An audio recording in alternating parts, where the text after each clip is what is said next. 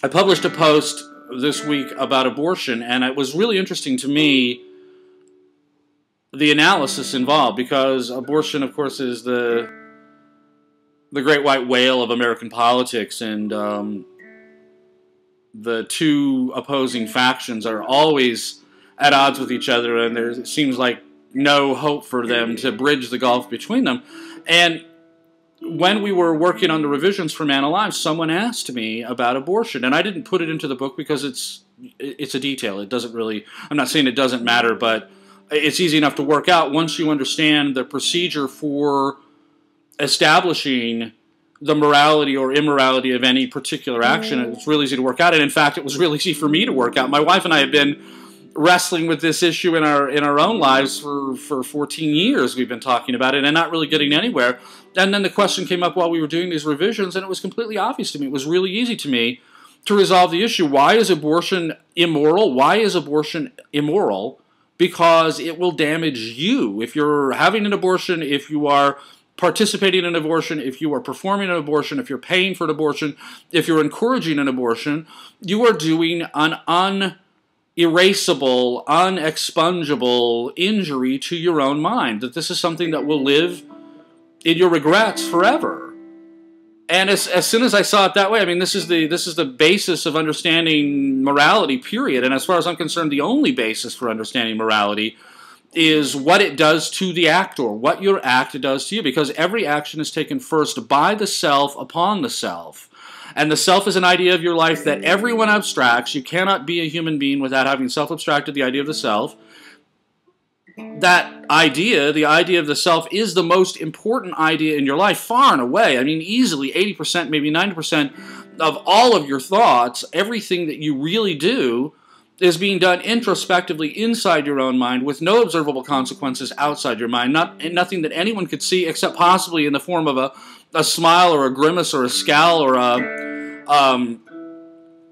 your eyes popping open like mine do from time to time. There will be minimal secondary consequences, secondary physical consequences, and all of the consequences will occur inside your mind.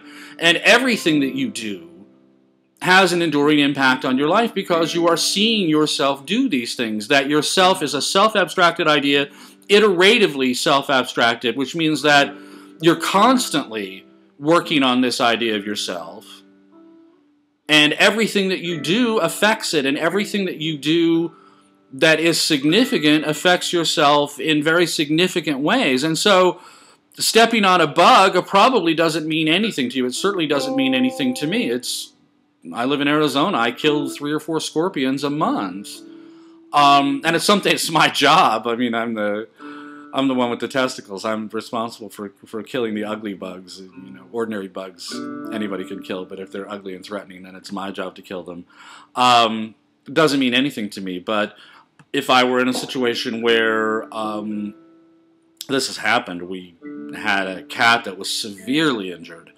Really severely injured, and it occurred to me, I mean, I got this cat out of the situation that it was in, and it was really messed up, and it occurred to me that probably the best thing that I could do for that cat would have been to have just twisted its neck and put it out of its misery, but I knew that if I did that, it would affect my own future self-adoration, and I also knew that it would be abhorrent to my wife, who loves every furry creature on Earth.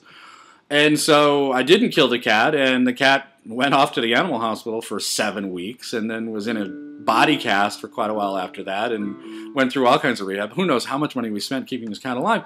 But it was, undoubtedly the right thing to do, given that we had the resources, because otherwise I would have seen myself killing that cat and I would have had to have lived with that for the rest of my life. And an abortion obviously is much more consequential than this, because we know this thing is a genetic Homo sapiens. It's not a human being. A human being takes years to develop post-birth,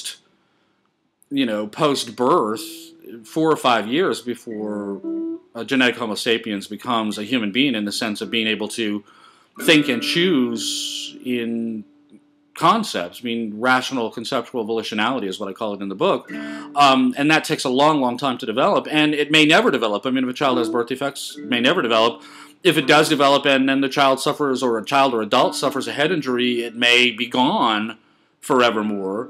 Nevertheless, these things are like us, and we see them as being like us. And no matter how much you talk about a little bit of protoplasm, an essential bit of tissue, if you read pro-abortion arguments, that's what people say. They say the most deeply, disturbingly monstrous things about genetic Homo sapiens in order to rationalize killing them, but in fact our brains won't let us do that. Our brains will not let us get away with that. They will not let us equate a genetic Homo sapiens with a bug and get away with exterminating that life without ever thinking about it again. It just doesn't work that way. And to the contrary, I said in the post, there are no counterexamples. You cannot find anyone who says, "Oh, abortion, I love it. I love having abortions. My first one was so good, I had 7 more." No one says anything like that. To the contrary, everyone who has ever been intimately involved with an abortion regrets it forever, and that's why it's immoral. The fact that a life is being taken, that's a bad thing too, but every action is taken first by the self upon the self, and when you behave atrociously, you suffer for it forever. You never escape that, and that's what's interesting about it. I read Ayn Rand's arguments about abortion this week. I read a whole bunch of pro-abortion arguments this week, but I read Ayn Rand's arguments because I had read them when I was young, and I was never impressed by them. They never moved me in any way at all. And I read them this week just to see what I thought of them, and they were terrible. They were horrible. The arguments were all political. They had nothing whatever to do with ethics, which is really bizarre because Ayn Rand wanted to promote herself as a philosopher of egoism, and yet she didn't have anything to say at all about the consequences to the ego of this behavior. Well, of course, Ayn Rand's egoism really doesn't have much to do with the ego. It's really kind of all about dominance by other people and why that's wrong. It's a very political philosophy of egoism.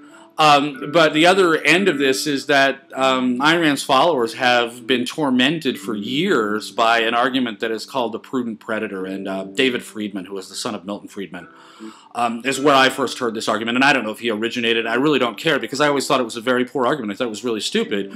It proceeds from the idea of utilitarianism, which is an egoistic argument. It is an argument of egoism that says that which is good for my bodily utility, my pecuniary interest, my financial interest, that which is good for those things is good for me, and therefore that's righteous and just and morally valid. And it's a completely stupid argument because it has nothing whatever to do with the self. As I said, the self is an idea. It is an idea that you self-abstract over time. And when you're a child, when you're a toddler, you are developing this idea.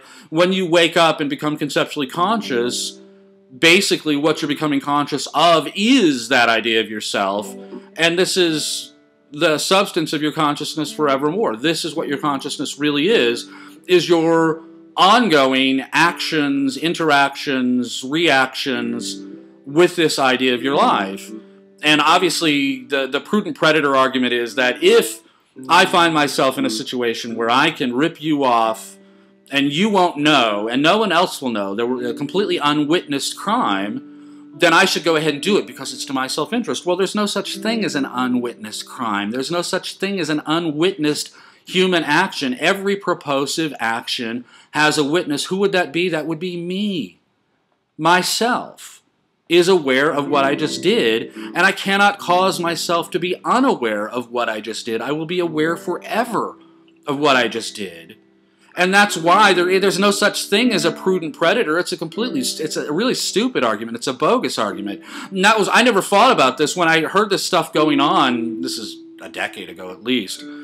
I never bothered with it because I thought it was absurd. And now I can defend it a whole lot better than I could then. And the reason that it's easy to defend is the same reason it's easy to defend the idea that abortion is immoral, because it would damage me. It doesn't really matter who else knows or whether I could be caught or prosecuted. It doesn't matter if I would suffer, my reputation would suffer, or if people would, look at me unfavorably. None of those things matters. Again, put yourself on a desert island. On a desert island, does morality matter? Obviously it does. Why? Because if you behave immorally, you will die. You will die. It will kill you to behave immorally. There's no one to rescue you. There's no safety net. There's no one to come rushing in to protect you from your folly. And this is true in every other circumstance. Frankly, the point, and this is brought up in chapter 1 of Man Alive, and it's addressed again and again and again.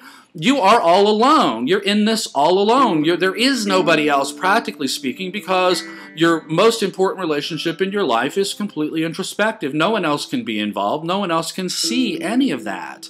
It's not something that you can share with anybody. Everybody else is in the same circumstance that you are, but each one of us is alone with ourselves. I am alone with myself. You are alone with yourself. And there is no alternative to that. There is no contrary to that.